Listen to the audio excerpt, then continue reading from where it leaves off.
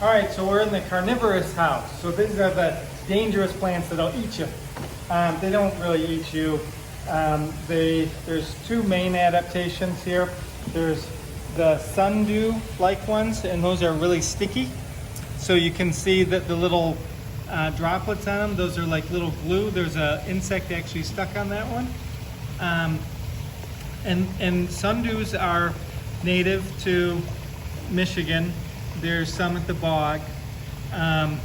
So that's the sticky trap your plants. And then the other kind of main one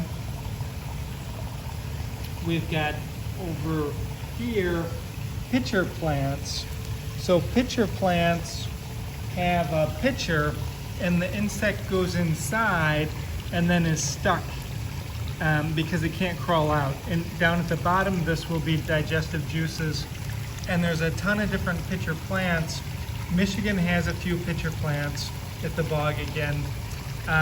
But in the tropics, particularly in the upper canopy, there's lots of different ones. They're epiphytes, plants that grow on other plants, epi on top of phyte, other plants. And you can see this is another type of pitcher that insects will get stuck in.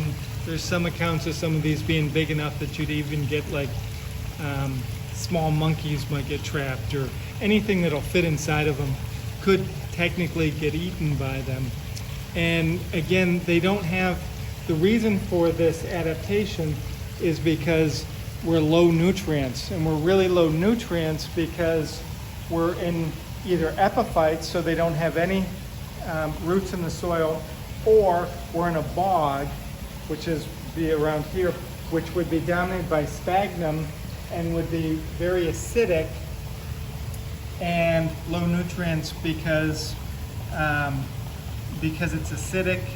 And the reason why it's a bog would be because it's getting most of its water from precipitation, which has very low nutrients, so it doesn't have access to groundwater or runoff. It would have some, but very little relative.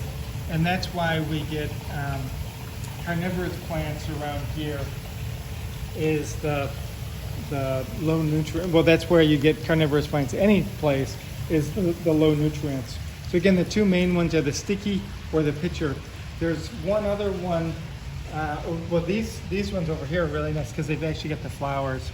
The sundews that we'll see at the bog aren't as long and skinny as these.